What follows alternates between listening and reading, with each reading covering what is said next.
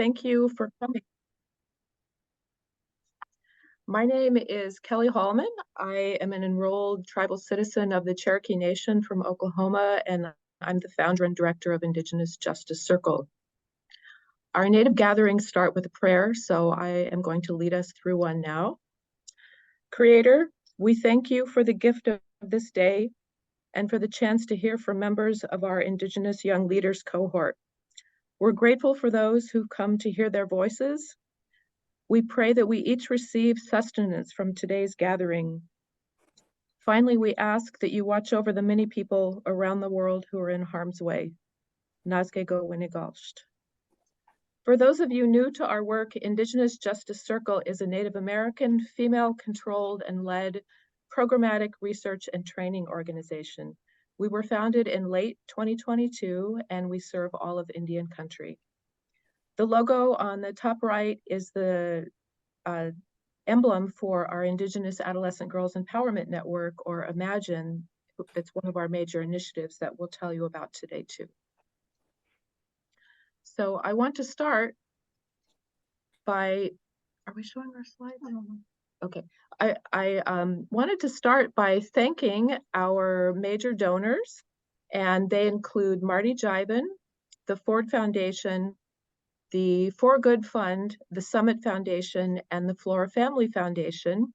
We also have many individual donors as well, some of whom have already seen the names joining the webinar today. So thank you so much.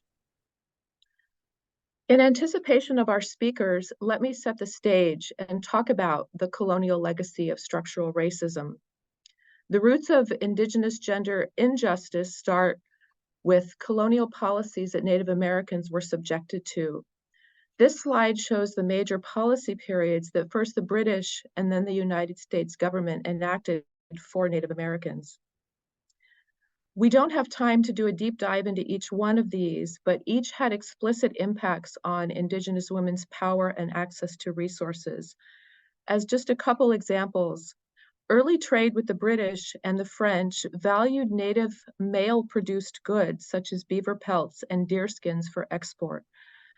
This had the effect of reducing women's bargaining power within their communities because male goods became much more highly prized.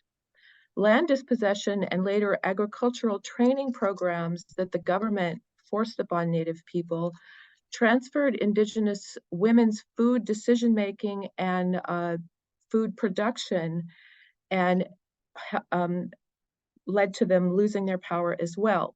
Removal of children due to boarding schools, mass adoption, and unconsented medical sterilization robbed women of their reproductive and caretaking rights and power as well. So these are just a few very brief examples of how policies and programs that were to assimilate Native American people and allegedly for their benefit actually had great and lasting harm.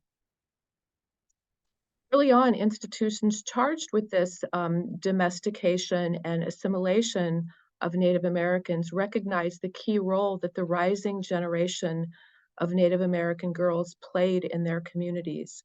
They were special targets of missionary and other colonial campaigns, as evidenced by this quote from a missionary at the Bad River Chippewa tribe in Wisconsin in 1883.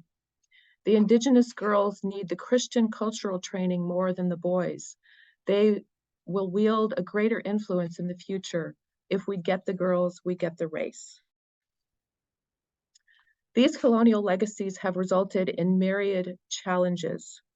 The recent Youth Risk Behavior Survey that many of us have seen numbers from in the news demonstrates some of these really difficult things that we're facing as Native people.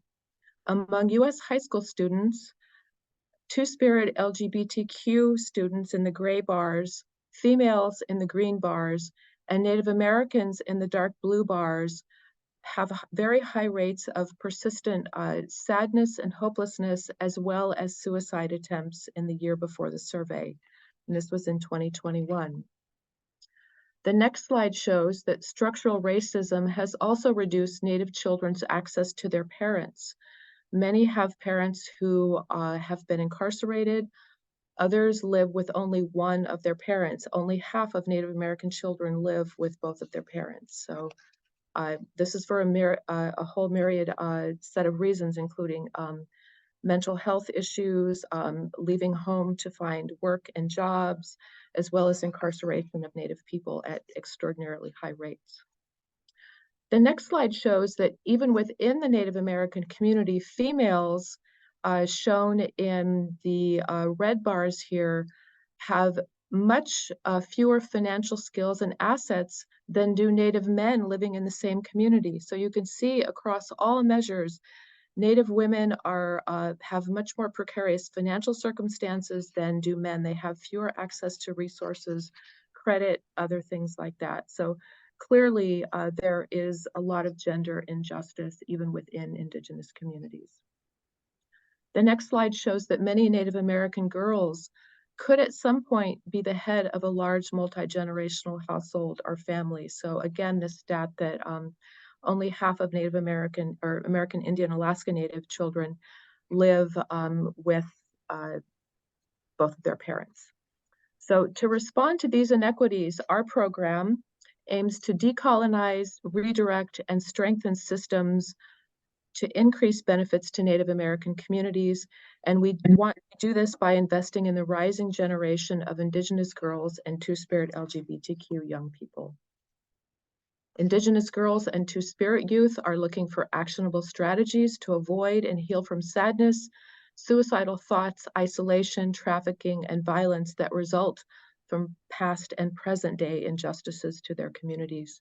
We work with Native organizations to renew and sustain Indigenous female social support structures. These platforms help Indigenous females avoid and better navigate pivotal adolescent and young adult life stage events that determine future trajectories. One major initiative we have is the Imagine Network, the Indigenous Adolescent Girls Empowerment Network, that creates mentored girl society groups that meet weekly over a series of months. These take place across Indian country. In this next slide, you can see a map where we have worked with tribal governments and Native-led NGOs and grassroots organizations to create and sustain girl societies. The other major initiative that we have that you'll hear from members of today is the Indigenous Young Leaders cohort. We started this in mid-2023, and this was primarily with funding from one of the donors that we named earlier, Mr. Marty Jibin. The Indigenous Young Leaders cohort consists of 19 to 30-year-old Indigenous female identifying persons. Most of them are engaged in either higher education or in social justice endeavors in their community. Many of them are living in places that they're not from. So they've gone to, seek education, to seek jobs, to seek opportunities in other places. And, sometimes feel isolated, are going back and forth between their home communities and the places where they are pursuing education or work. Many of them, have a desire to feel supported and connected to other Indigenous young people and Indigenous mentors.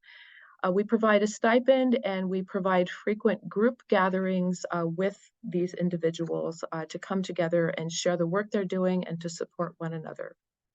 So I'll turn it over now to our communications consultant, Cassel Garabay, who will welcome our speakers.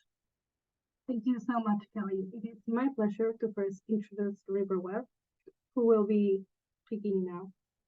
Take it away, River.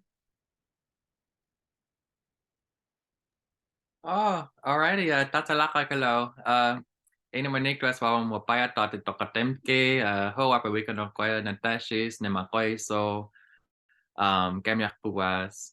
Hi everyone. My name is River Webb. I'm Nez Perce and Sac and Fox. So I'm Sac and Fox Meskwaki from the Mississippi and Iowa. So that's where this photo comes from the Iowa Historical Society.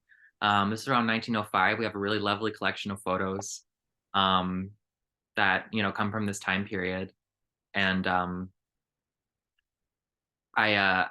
will be presenting today just a little bit about the work that I've been able to do in my tribe's community, the Meskwaki community, as well as the Great Lakes community. Do we have a screen share for me so I can share my presentation? Because I have the links to the audios as well on my computer.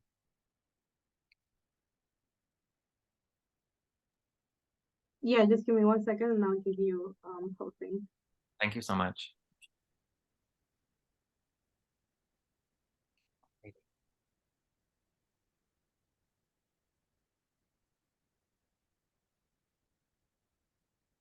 Okay, you should be able to share now. Alrighty. There we go. Yay. Awesome. So I got some updated photos too. And what I'm going to be talking about today, it does discuss boarding school and it does discuss some of these harder themes. So, that's just a note for people to kind of brace themselves. But other than that, I'm just going to talk a little bit about what my background is and why I came onto this project. So you already know my name, but this project has been inspired a lot by my own family and the records from the National Archives that are kept in Chicago around Mount Pleasant Indian Industrial Boarding School. So my family, as well as lots of other families, attended the school from across the Great Lakes region. And when I say the Great Lakes, I'm talking about a wide range of states, so people who were Miami, people who were Oneida, Ojibwe, Odawa, Potawatomi, and as well as Meskwaki people, Mohawk people from all over were attending this school. And some were displaced, hundreds or even thousands of miles to attend this school. When I came across these records, I had a really hard time because it was a lot of personal stories, as well as a big absence in people's lives. Like some people who lived these full and complex lives were just a note, or just a name on a page, whereas others, these are public records that are for everyone to see. Anybody in the US can go into the National Archives and register, and it was telling these really detailed stories of their families' deaths. There's their mother's tragic passing, and their financial struggles, their sicknesses, how they fought for their lives and really to maintain a living. It was really jarring because I was able to learn so much about my own family just from these records. And I felt the sadness because it felt like not everyone was having access to these records or even knowing about these records in my community, even though they're access and they're accessible to anyone. It also felt a bit strange because we didn't have ownership of them. These are my family's medical records and my family's names and their stories, and they were for anybody to come see. But I had a really, really magical sort of moment with my aunt, Kateri Walker. And I was able to give her some of the records from our family, the Walker family. Um, and we found an Indian name from her great-great-grandmother. And getting to have that name, something that's so special to us, clan names and Indian names, it was a really restorative experience. And I just remember tears being both in both of our eyes from it. And it made me reflect on my family because in my own family, my great-great-grandmother, who was Potawatomi, she was a ribbon worker. And when I talk about ribbon work, I'm talking about cut and fold ribbon work and applique and things like that. These are some of the oldest traditions in our Great Lakes peoples. And we still have ribbon work from her. And, it's over 100 years old. And from her records, I was able to find out how much pain and struggle she went through when she was at the boarding school, suffering tuberculosis and suffering in all of these ways, but she was still able to persevere. And, she had this beautiful gift of making cultural art. And so my family and I reflected on it because her ribbon work skills were passed down. And so I'm a 5th generation seamstress in my family. And reflecting just on how much of an impact that's made and how much resilience is in that as for us as women and two-spirits, For myself, I identify as a manidokwe, which is the Potawatomi word for a two-spirit person. I also identify as ikokoe, which is the Meskwaki word. And this is because of the fact that we maintain this tradition of living as women in our communities. And getting to have that passed down has been a really, really big inspiration for this work. So I want to talk a little bit about that, but I'm going to talk about the people I got to work with in my community and the greater tribal community, and what work we got to do to look at their families' records, as well as turn that into an inspiration for art and what we want to do going forward. So the goals of this were really to create a transformation of memory and also highlight stories of resilience, because despite the fact that our families were struggling and going through these experiences, they were able to take something and pass on something beautiful, pass on something that's greater than the pain. And for a lot of our tribal communities, sometimes that isn't the case. um my aunt who went to Holy Childhood, she speaks about it, and it took a lot of years for her to really gain that courage to speak. And it's important to kind of create conversation, because a lot of the time people don't want to talk about these things, and people don't want to talk about these hard experiences. So getting to take them and make something beautiful and make art in spite of them is really important. Some of the values that were kind of core to this as I was doing this process is I really, I come from an academic background a little bit. I've been doing research for a little bit, and so thinking about consent and ownership, as well as production and pay, were really important. Some other parts that I had were Indigenous kinship values and elders values. So what all of this is to say is that a lot of the times when people do research or anything like that, Indigenous communities, the ownership is not kept with those communities. And so the way that I went about this is when it came to anybody who was I was working with to facilitate this project, they get full ownership of everything that they're producing, including the materials that come from it. So that comes from photos and even their name being included. Very basic things are included, right? But that ownership ultimately lies with them. And just because today I'm going to present and show some of that information, it doesn't mean next time that I present this that any of that information will be there. That ownership stays with them. And also a big part of that was ethics of like production and pay. So a lot of our cultural crafts have a really strong lack of value, because people don't they're associated as folk crafts, and so people don't pay well or fairly for them. And so taking part of the funds that I was able to get and sharing them was a big part of this project. And so paying them for the fact that they're working and creating something. And then when it comes to Indigenous kinship and elder values, all of my slides have been reviewed by a panel of elders from my community. And so that was a big part of this, is just having, elders put eyes on this and say, oh, I don't like the way this went, or, I like the way this went. And that came from every step of this project. So when I was first formulating the ideas to now, there's been elders input at every single step of the way. And that's a really important part of this. So I'm going to talk about the first person I got to work with, which is a friend of mine from Sauk tribe in Oklahoma, and we worked on an hourglass hairpiece. So the story of this is a piece from my aunt. So this is over 50 years old. This is a dosatao dushto, if you're familiar with the Caddo word. It's a very strong woodlands tradition that was in lots of different tribal communities around the Great Lakes, but unfortunately within Sac and Fox communities, it's kind of fallen out of practice within the last 50 to 100 years.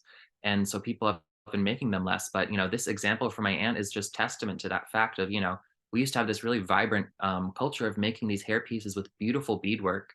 And unfortunately, people just have been wearing them less and less. And so, I took this as well as one other piece from my aunt, some examples from tribal historical archives, and different tribal resources, especially from like Delaware Nation and Caddo Nation, to look at, what is the history of these pieces, and what are we thinking about? What are our intentions when making them? And so when I came together with Iris, she really wanted to make these pieces because I've been dancing with them for a while, because either they're from my family or I make them as well. And so we came together and we talked about what are the traditions of this piece and making them. And that was really lovely, and I had a good time with it, because we got to learn some things. One kind of fun part of this that we got to learn from the Delaware Nation archives is that people associate it with having European roots, but it's actually not truthful. It's it has this really beautiful aspect, and it comes part of like from archaeology, which is that they were able to find shell gorgets that have this same exact shape and structure from hundreds and even thousands of years ago. And so, it was a really kind of cool piece that we got to discover, in reading about this hairpiece. And some of the other, highlights of the discussions we had were talking about, why did this tradition fall out and why did we stop doing it? Because, there's so much beautiful beadwork and ribbon work and things that are uniquely us that fell out of practice when creating these pieces. And what are the legacies of it that we still have? We talked about it in my community, and how my family still has some of these pieces. But one of the things with was talking with Iris was language. When language is lost, a lot of these different traditions is lost. And so we really associated this a lot with the loss of language, and I think that weighed heavy on both of our hearts.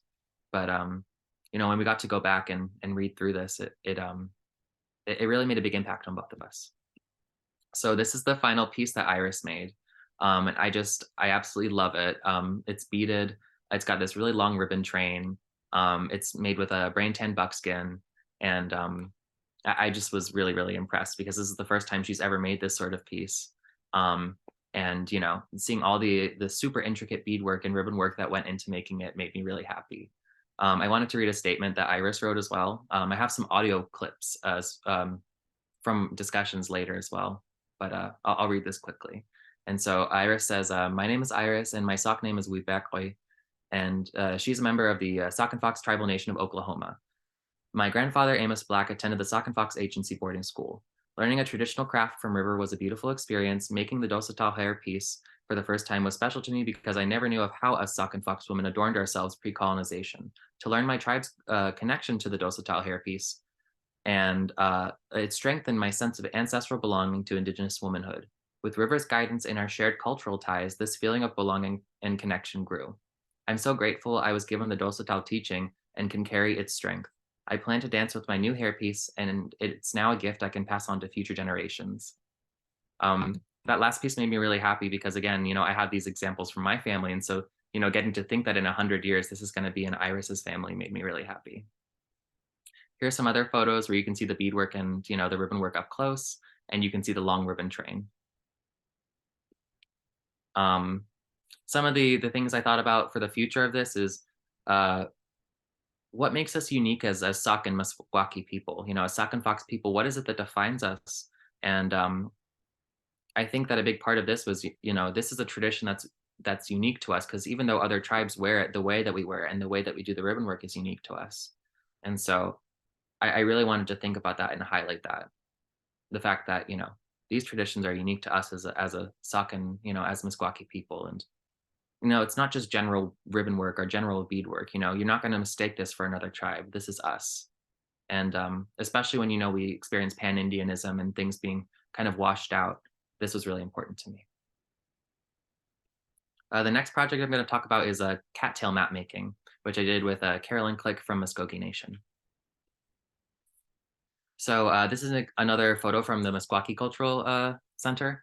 And you can see one of our wiki-ups, our cattail mat lodges. And these sort of cattail mats were a big part of our woodlands culture. And they have a really big piece in sustainability because they promote healthy wetlands. And they promote, indigenous ways of living, such as rotating through different wetlands throughout our Meskwaki homelands. So here you can see some of the process of it. This was us just cleaning the cattails and getting them ready for weaving.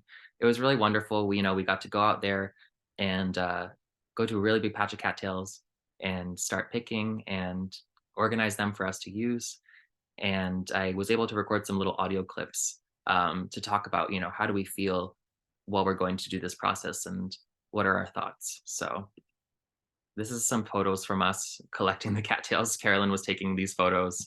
I had a really good time with it. And we talked about some of the clothing that we wear and why we wear long clothing and, why our traditional clothing helped with this, especially when it comes to, having longer sleeves and longer skirts and covering our heads when it comes to mosquitoes and things like that. So this was fun. I'm going to play this voice recording, hopefully. Long walk or before the long walk. Let's see. It should. I might be able to load it again. Let's see.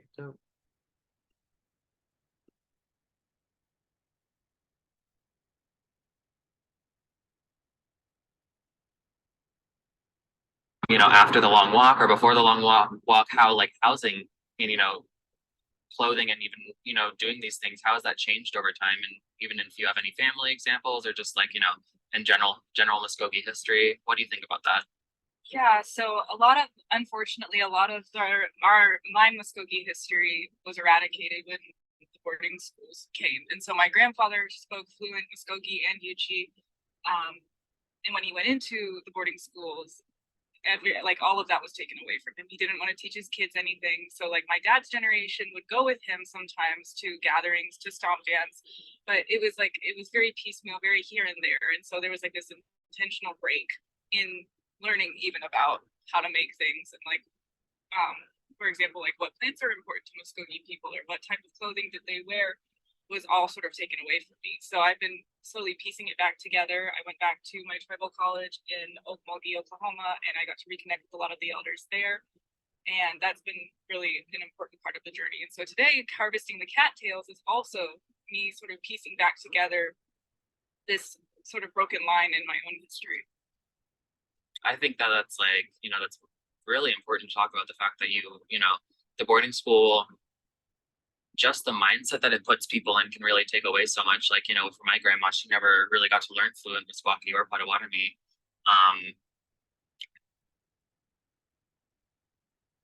Alrighty. So let's see. I'm going to talk a little bit in summary and get to some of our other points. Because I know I've been rambling. So I'm going to move on from Carolyn and talk about my third participant, who comes from Sault Ste. Marie tribe, and both of our ancestors went to the same boarding school, which was Mount Pleasant. And I have some other audio recordings, which maybe I can share at a later date. But we worked on a strap dress, which has been a really big subject in Ojibwe culture and Anishinaabe culture, especially recently because of discussions around what was the strap dress's purpose. And I think it was really therapeutic because both of us are Two-Spirit, and wearing our traditional women's clothing, was something, again, that was taken from us during boarding school periods.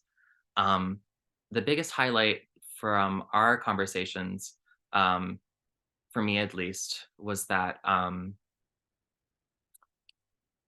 a lot of researchers doing research on boarding school. And again, there's a really big break in ethics. And so in the voice recording, Wabano shared about a researcher who contacted them with records from this boarding school and, promised with Wabanokajik's input into their research that they would share those records, So again, that's very transactional, right? Like, oh, if you participate in my research, I'm going to share this with you. So Wabanokajik participates and then never receives those records. And unfortunately, that's how a lot of research is conducted by white scholars. And the fact that they didn't receive those records, even though that's their family's medical history and their family's school history, it's very extractive. And this project, I really wanted to create something that's going to change the way that, discussions and community healing around boarding school happens, because it is extractive. A lot of the research, even if it's done by Indigenous people, sometimes it's extractive. And that needs to stop. It needs to change, and people need to feel healed when we're talking about this, because if the goal of somebody's research is to extract them, they're not thinking about community. Research should be about community. If we're going to talk about boarding schools, it should be about community at the beginning and at the end. So that was a really big part of this. But I'm going to wrap up there because I know I've been talking a lot. I didn't realize, but I love sharing about this topic. So thank you all so much for listening, and katsiayo kitabi. And I hope you all have a wonderful day and enjoy the rest of the presentations. Thank you so much. Okay. No.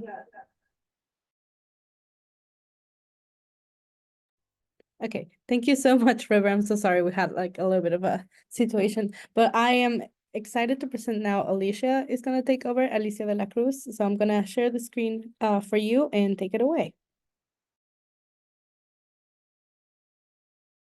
Bonjour, everybody. My name is Alicia de la Cruz.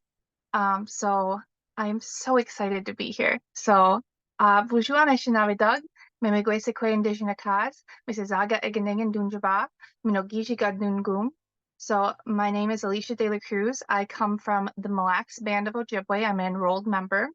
And I also am not an enrolled member, but my mom is Leech Lake Band of Ojibwe. So I'm very, very happy to be Ojibwe on both sides. Today we are going to be talking about my art, and so that is what you see here in this first slide. I am Two-Spirit as well, but I do go by she, her. And so the art that you see here is actually some of my final projects for college. And so I kind of think that it's kind of cool. These are some of the first kind of like collage work collages that I did during college. So I did beadwork, and that is painting as well. And so next slide, please. So this is me in all of my glory. This is me in the top right. You can see I do jingle dress dancing, and I also do women's traditional. So these are very special dances. I am also a fancy shawl dancer. I've tried to do the calculations, and I'm pretty sure I've been fancy shawl dancing for 25 years. So I'm 29. I've been doing it since I was really little, but what's really important to discuss about this is the jingle dress dance. And so the jingle dress dance actually comes from my tribe, the Mille Band of Ojibwe. That is the origin of this dance. It is a healing dance. It is something that was dreamed in a dream, and it was said to be very healing. The jingles, they have a healing sound. And so when we dance with the jingles, it's healing for the people. And so I am really happy to be somebody that dances this dance, because it's so, so important for, Indigenous women to have a dance for ourselves. That is something that we can, utilize to heal our peoples. And also here you can see to the left, that is me with the biggest painting I've ever created. That was for Twin Cities Pride. So I just had a fellowship with Twin Cities Pride. It was super cool. I made a giant mural, and I was able to sell my art. So that's me in the bottom right with some of my art that I was able to sell during Twin Cities Pride. And so that is me. Ta-da! Okay, next slide. All right, and so this is when we get into the good stuff. This is what I'm excited to talk about. So this is my work. To the left, you will see there's nails, there's nail polish. And to the right, you'll see beadwork.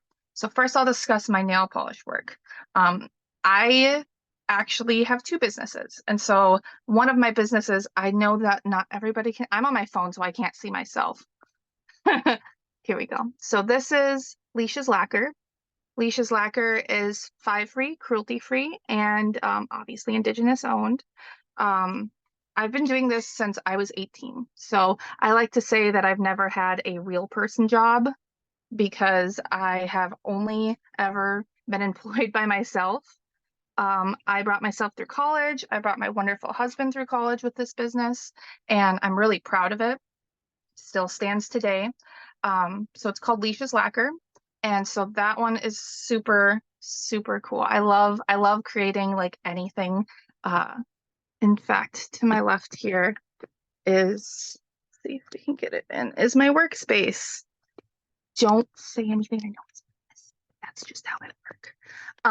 So that's my workspace. That's my nail polish workspace.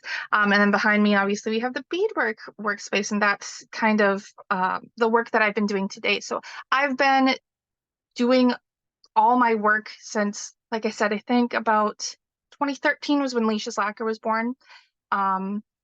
Yeah, I can definitely put a link as soon as I'm done here to both of my businesses, actually. So we have Leish's Lacquer and Wabu's Beading. So Wabu's Beading, I've been beading since I was 7 years old. So I've been beading for quite a long time. And so that's all my work on the right that you see there. I've really been creating the bulk of my work since about 2015, 2016. So my oldest pieces are really not that old, but I do have stuff that I'd work on when I was younger. And so these are some of my pieces. I like to call myself like a modern beadwork artist. That kind of takes like stuff that I know from the past and kind of creates more of stuff that you can see now. Like Pennywise is obviously not very tradish, but it's something that I do. All right, next slide. All right, so here's some more examples of my work. And so being a beadwork artist and a painter really helps me explore what it means to be, two-spirit, what it means to be, a Native woman in today's age, because I'm able to create whatever I want. I know way back when, it was kind of difficult for especially two-spirit women to create things that, beyond the tradition. And so I'm really here to like reclaim kind of what it is to have a traditional art form, but making it into a more modern Indigenous perspective, such as the one that I have. So I'm in Minneapolis, Minnesota. Yes, it is freezing right now. And I'm very proud to be one of few, beading, painting artists here. And so next slide. So from the very start, I've always wanted to do my own thing. In the center there, you have my first show. That was my first show at my college. To the right, you have my first kind of group show that was beyond the college. So that was for an art show called Liminal back in 2018, 2019. And then to the far left is my first award that I first got with my work. And so that was at the state fair. I think that's in 2018. Next slide. And then we come to today, where I am so proud for all the things that I've accomplished. So top left is the first show, the airport show. So I had my art at MSP. I've had my art at multiple places now since about 2019. And so the bottom left, you see, I believe that's this year's. Yeah, this is this year's awards at the state fair. And then to the right, we have me accepting the proclamation for Indigenous Peoples Day for the city of Columbia Heights. And so I am so proud of the accomplishments that I've made so far. I have been to many shows. In fact, I don't have any of my art with me, which I usually do to kind of show as I'm talking. The only piece that I have right now is this little one that I'm working on. I love to bead hat rims. And so I'm working on that right now. But all of my work is at the University of Minnesota, and I'm really happy for that. It's on display. It's my first solo show. And so all of that is there. And next slide. And so this is another piece that's at the city of Columbia Heights, the one to the far right. It's beaded and it's painted. So I was commissioned by them to create that. Next slide. And then this is work that I've done with the Bell Museum. So this is just another thing that I've created an opportunity for myself. One of the most important things that I've learned is that nobody else is going to advocate for you. You need to advocate for yourself. And what I mean by that is that you need to realize the potential you have, and you need to realize like what it means to be an artist or whatever it is that you're pursuing. You need to advocate for getting yourself opportunities. And so I'm always looking for opportunities. And this one's one of my biggest ones. This is actually going to be on display at the Bell Museum in March. And it's a very, very big piece of work. It's going to be huge. And I beaded for 9 months straight different plants from Minnesota. And so these are plants that are endangered, but these are also plants that were very important to Indigenous peoples. And so I'm very proud of this work. This work has also been picked up by the Mille Museum, and it's also been picked up by MSP Airport. So it's going to travel, it's going to do some really cool things, educate a lot of people. Next slide, please. And as I said, I was doing Twin Cities Pride. So I made that giant piece. So I was really proud of that residency as well. Pretty much since COVID ended, I have been just bam, bam, bam, bam. It's been opportunity after opportunity. So this one to the right is something I'm so proud of. So this is my third time at this school. This is me teaching. I do 2-week residencies at this is Green Central Elementary School. And so one thing that's that I'm doing is I'm kind of creating like a beadwork curriculum to teach these young students. I teach the entire school, K through 5. The basic features are implementing what it is to just do beadwork. So this is an example of one of, I have a couple of their projects that they did. So the entire school did this. One thing you don't think is, tying a knot. Some of these kids, and I'm going to say a majority of these kids don't know how to tie a knot. That's very integral in beadwork. So it's teaching them that. But look at their cute little flowers they made.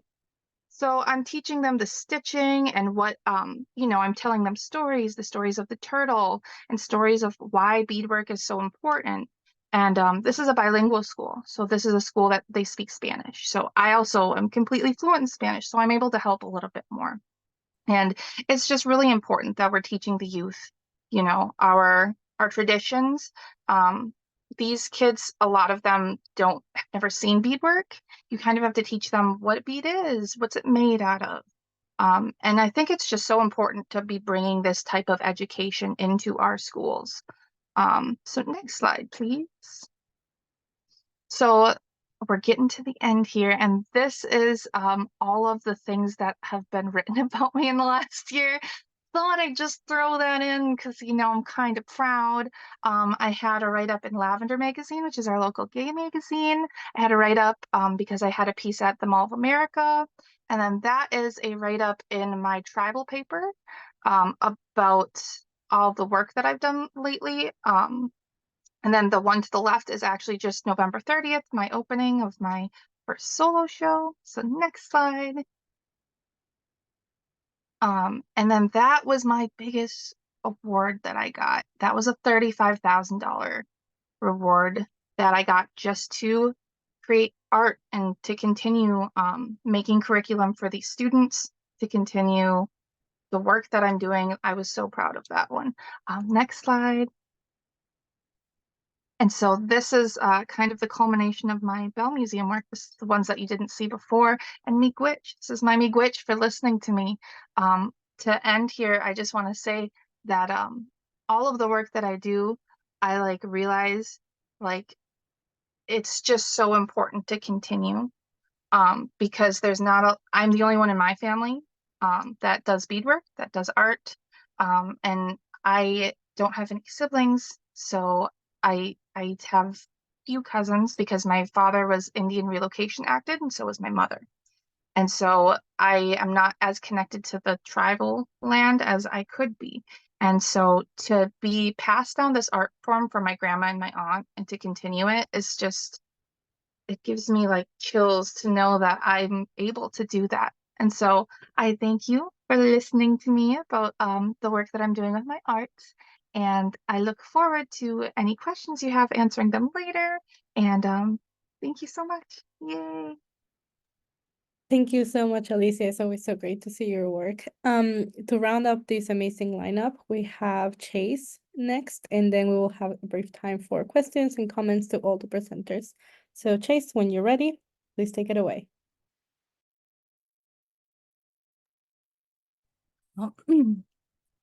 Mi dakia pi donea hipiki iuha chantewas dena pe chuzapiki sto.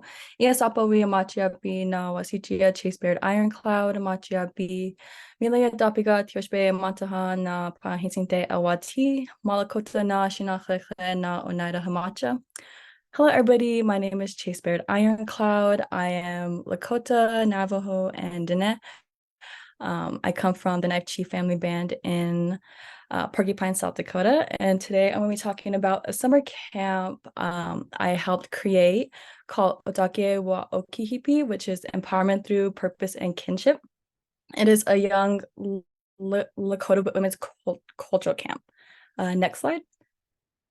I also like to say thank you to the organizational support for helping me through this preparation of this camp, which is Mille Yatapika Padeo Yate Kolakichia, which is my grandparents' nonprofit organization focused towards buffalo restoration and cultural preservation. And they helped a lot with the spiritual aspects and guidance and protocols that went into this camp. And I would like to say thank you to them, as well as Generation Indigenous Waves, who helped with funding guidance, and the Indigenous Justice Circle for funding, cohort support, guidance, and advice, as they were the first group among or outside of my family who heard me talk about this camp and what I envisioned and kind of my planning process through making this camp happen. Next slide. Where I got the inspiration to do this camp, I've always wanted to do some kind of community, I guess, camp or event from a young age, but I just never felt ready until this previous summer.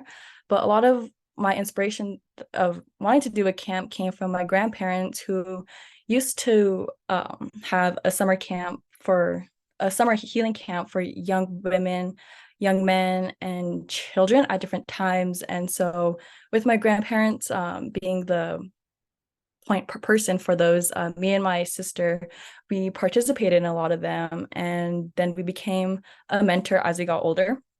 But it is here in these camps where it gave me a really fundamental foundation of my cultural knowledge, and it's where I was able to kind of display that for this camp that was created. And so at these camps, we stayed in teepees. We learned how to put up in a nipi. We went to sacred sites, and we just learned about different Lakota knowledge for a couple days. And yeah, so this is where I kind of draw my inspiration from creating this camp. Next slide. So how the camp came together, it was earlier this year, and it was in March. I reached out to my cousin. Her name is Destiny Big Crow. I owe a large amount of gratitude to her, because without her, I wouldn't have been able to get this going in the way it did. And she's just someone who shares a lot of the similarities and goals that we see for community and for young women, and who we both have some knowledge about our culture, and we're able to share that. And so I reached out to her in March, and thankfully she was excited and wanted to do it. So then from that point, going to April all the way to June, we were both in school. So it was a lot of Zoom calls and phone calls, passing or sending like documents of like rough ideas and kind of topics that we wanted to do, but nothing concrete until June, between June and July. But there was a lot of summer ceremonies, so we had to really work around that. But we were in person, so it was here where we were able to like have more of a set plan, and we started advertising and reaching out for preparation. So here's our flyer that we sent out on Facebook and on Instagram. And then here is a list of topics that we wanted to do for the camp, which was like teepee teachings, talking circles, having an NEP, journaling time, beading projects, some guest speakers, Lakota stories, and writing workshops. We kind of wanted the basis of this camp for young women to obviously learn some traditional knowledge, but also as well as a place where they can just be and have a creative side and just have that time dedicated, even though it's only for 4 days, just to have that time for themselves. And so at the end of July and in early August, we started buying camp supplies, and that's when a lot of I guess the ball started rolling. But I'm really grateful because it just seemed like everything got put into place, or fell into place the way it should be, and it was a really good outcome. Next slide. So during camp, I really wish I got more pictures, but I didn't want to be on my phone as much. I want to be present with the young women. So what I have is kind of right here, but in the first picture, we put up some teepees. The one that the young women are doing is our talking circle teepee. And that is where we did our talking circles. Sometimes we had like a prompt, like talking about school, but a majority of it was just talking about like the way we feel. And it was kind of like a flow of conversation. And we told the young women that whatever said in the teepee, will stay. They don't have to worry about like us talking about it outside of the teepee. And so we really try to create a safe space as a camp at the whole, but also in those I guess a more close-knit circle. We try to keep it a safe space as well. And then down below, we have beading projects that they started. A lot of them were doing hair ties and earrings and keychains. And so although they didn't get to finish, we were able to give them the supplies that they needed to when they were leaving to finish them. And then in the middle is a picture of the inipi that they did. And every night we went to inipi, which is a ceremony. And I believe that it was a good way to end the day, just because it is a time of reflection and there's songs sung, and it's just like a nice way to relax and reflect. And during one of these inipis, actually 3 young women were able to get a Lakota name, so that was really an amazing experience, I guess, to experience with them all. And then this next picture is this next picture is just a creative, another creative idea where they created they decorated their tote bags, and they would put their sage or offerings or beading supplies in there and just keep that with what we've given them.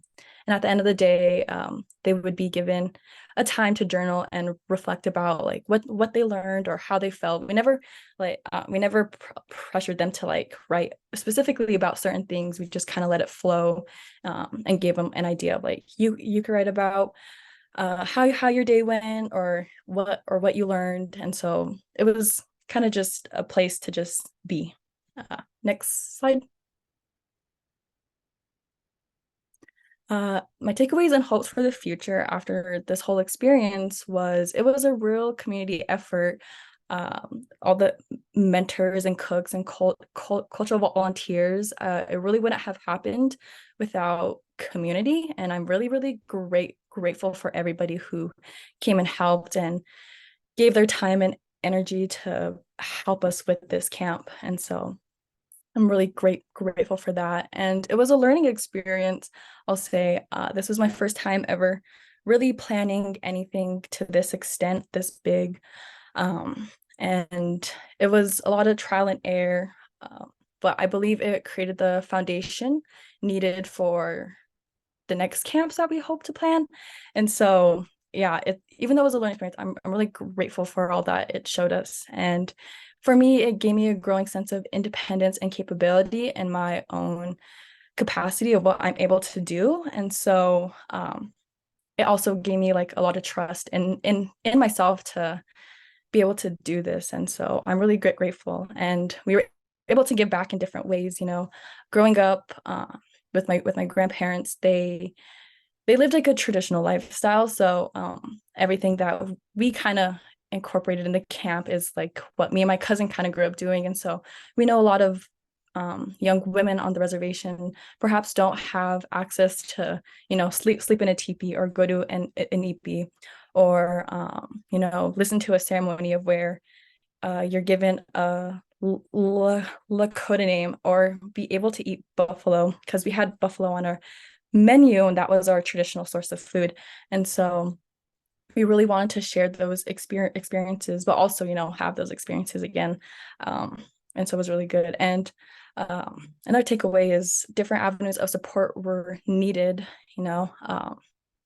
I just feel like everywhere around me and everyone really, really, showed their different support, and it was really needed. And I believe it really helped a lot. And so for the future, I do hope to learn more about buffalo with the young women rather than just have it in our food, you know, I want them to like learn more about the role of buffalo and how they helped our people.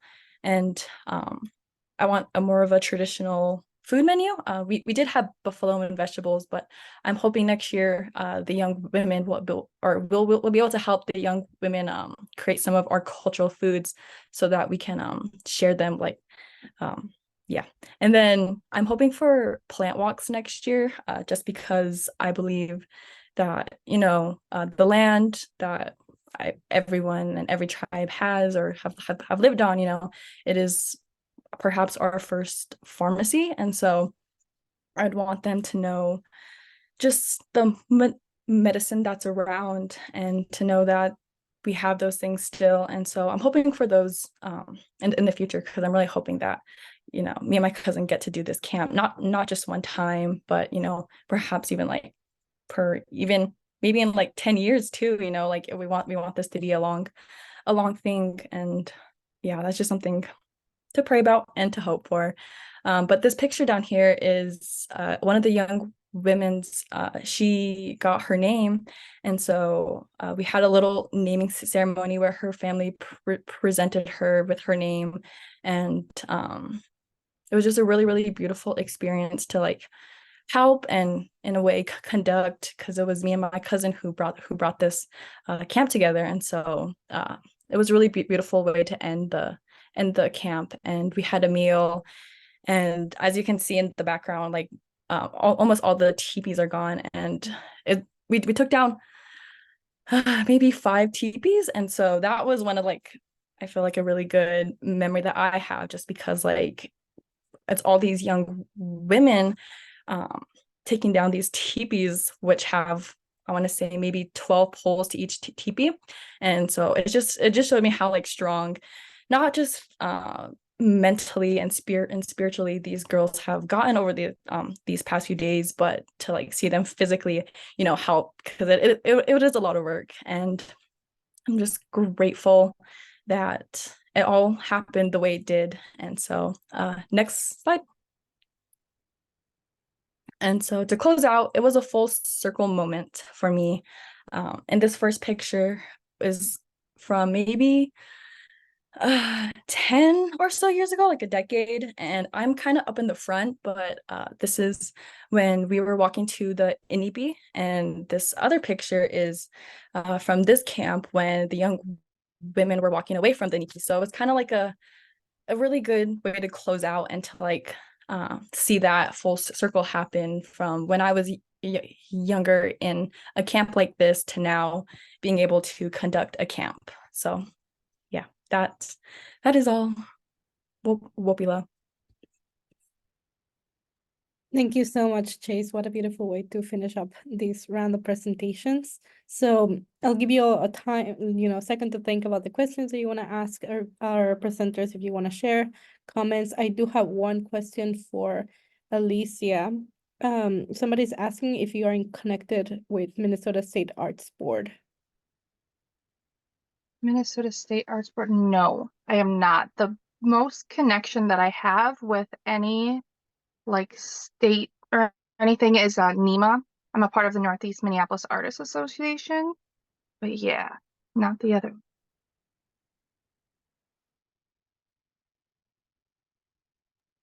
I can put you in contact with the person that sent the question. Is hopefully that something cool can come out of this. And yeah, if you want to send like an anonymous question or anonymous comment, feel free to message me privately on the chat. But if not, you can raise your hand or unmute yourself or send something in the chat.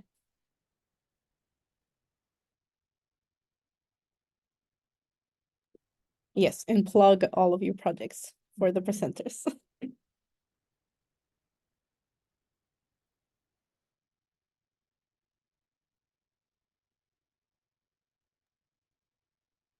Well, while we're waiting,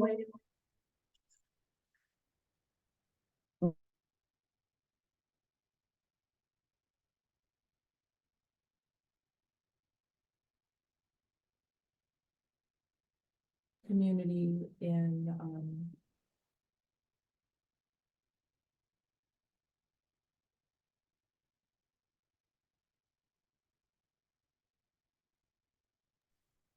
Okay, so can you hear me? Okay, great. So I have a question for River. If you could just take a minute to talk about your Meskwaki tribe in Iowa and how, you know, some of the Sac and Fox were forced to go to Indian Territory, what is now Oklahoma, but your community was not. I found that a very interesting and intriguing story. Oh yeah, I'd be happy to. So around the 1830s, our people, the Sac and Fox, you know, we were two tribes, and you know, we still identify ourselves that way, but we've lived together for, you know, centuries, working together as two people. And that's you know, our two colors, the green and the red. So actually, like my earrings today, which were made by Iris, one of the people who presented, you can see our two colors, the green and the red. The green represents us, the Meskwaki, and the red represents the Sac. And during the 1830s, the US tried to usurp our traditional leadership, and they started the Black Hawk War. So if you know the Chicago Blackhawks, that's that same chief.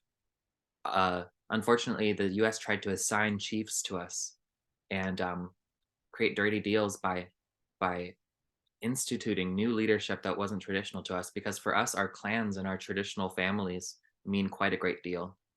And so they came to our settlement on the Mississippi. The Sauk lived on the east side and we lived on the west, the Meskwaki, and they destroyed it. They started war and they destroyed it, and they committed what was genocide. Our tribe is one of the only that has ever had an extermination order leveled on us. So the French monarch at the time in the 1700s actually issued extermination orders for our tribe, and said, you know, I want every single Fox person to be eliminated. And essentially, after they destroyed our settlements, they destroyed Salkanuck and our Meskwaki towns, and they took especially hold of our Meskwaki settlement, you know, which had been on that west side of the river, because they wanted the lead deposits that Meskwaki women had been mining for decades and making, you know, money off of. They relocated most of us to Nebraska, then Kansas, then eventually Oklahoma, and they sent us on this long trail. But when we had our first relocation, us as Meskwaki people, we returned, and we returned to Iowa and central Iowa. And what happened is we were granted a special permission by the governor of Iowa at the time to purchase land, and that's exactly what we did. We started, you know, little by little purchasing land in central Iowa along the Iowa River, and we preserved our beautiful forests that used to live there. Because, you know, now people drive through Iowa and they're like, oh, it's so flat, it's all cornfields, it's all this and that. But, you know, you drive to Meskwaki and it's forests. And we lived there undisturbed because we were sort of kept as a secret, our settlement, you know. And we lived there, and, you know, we had this special permission to live there and grow as a people. And so we, the Meskwaki, we maintained our traditional lifeways and our traditional leadership. And it wasn't until the early 1900s that BIA agents, you know, really started taking notice to us.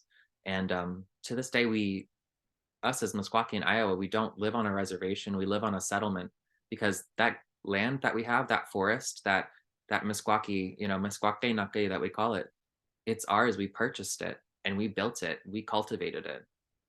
So those cornfields and that beautiful, beautiful land, it's not a reservation. The government didn't give it to us. We created it, and it's, you know, it's a sovereign nation. It's ours. So, you know, that's our story. Sorry, I can talk about this forever, because I'm just, you know, I'm very proud to be Meskwaki. Thank you, River.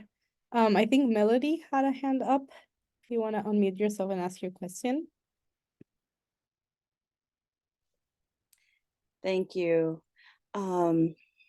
Greetings from the Danatam Druid, aka Tucson, Arizona. I am just, what a wonderful panel. You are each outstanding individuals. You've just made my afternoon. I wanted to address particularly the young person who does the youth camps.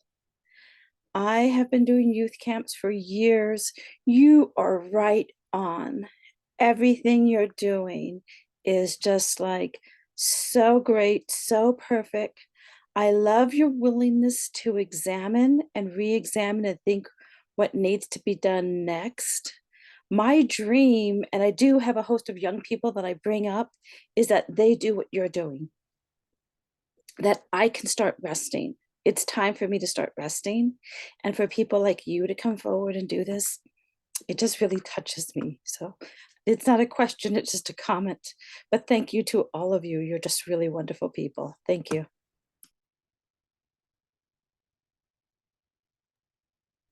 Thank you so much.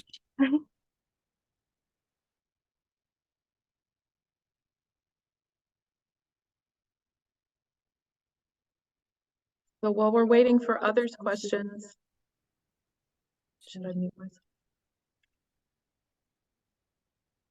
Okay, can you hear me?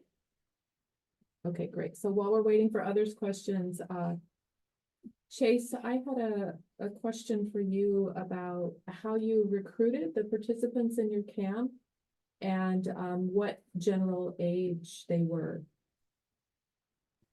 Yeah, so for recruiting, we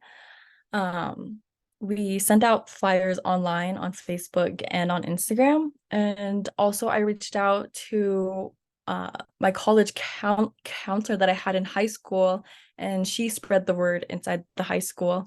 And also one of my aunties, she has her own camp that she does in the fall and summer too, and she sent that out for her following and stuff. And so from those three, or kind of things, is how we were able to get participants. And a majority of the participants, well, the age range was from 12 to 17, and I'd want to say maybe they were about 15, 14, a majority of them. And so yeah.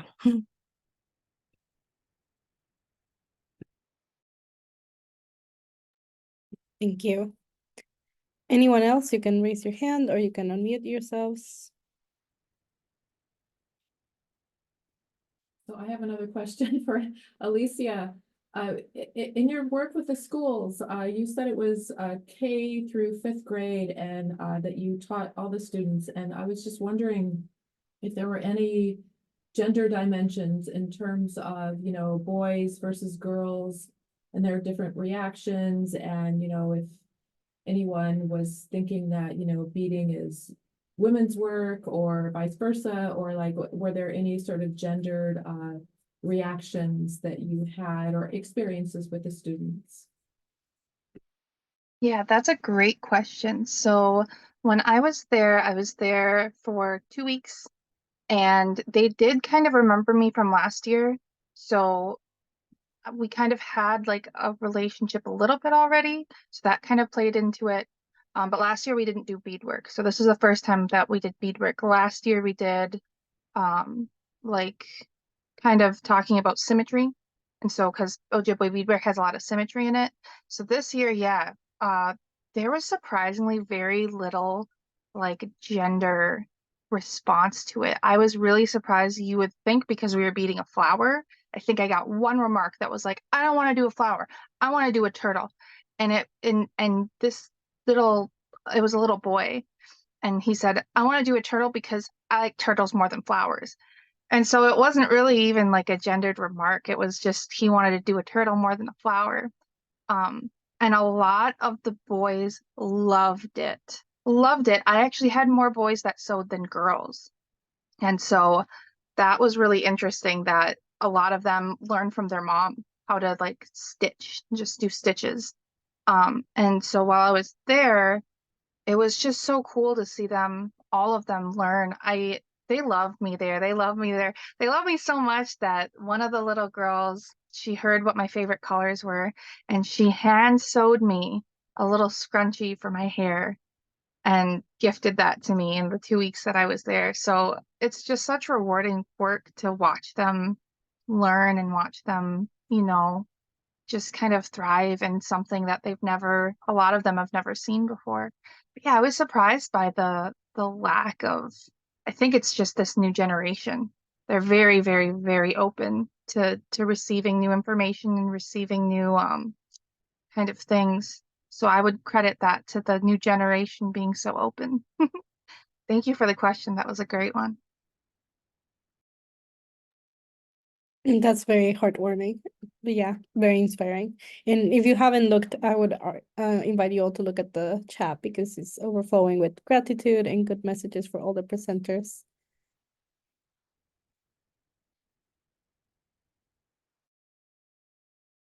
Yeah, so if there aren't any more questions, I just want to thank everyone for your fantastic presentations, for your attendance. We are on the web, we're on social media. So hopefully you can stay connected with us. We'll be doing another webinar with another bunch of our Indigenous Young Leaders in the spring. So we'll hope you'll tune in for that. So thank you so much. I hope you have a great evening and happy holidays to everyone. Thank you again.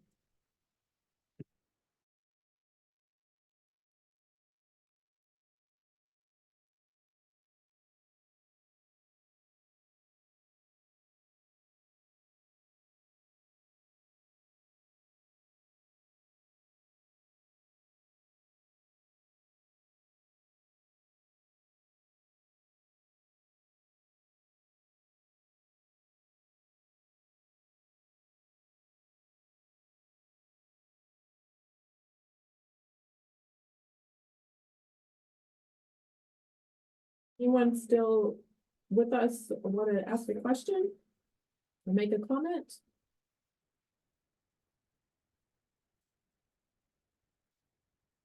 Okay, if not, then we'll leave you to get on your way and see you again soon in the new year. Thank you. Okay, bye-bye. Bye-bye. Thanks to the presenters. Really well done.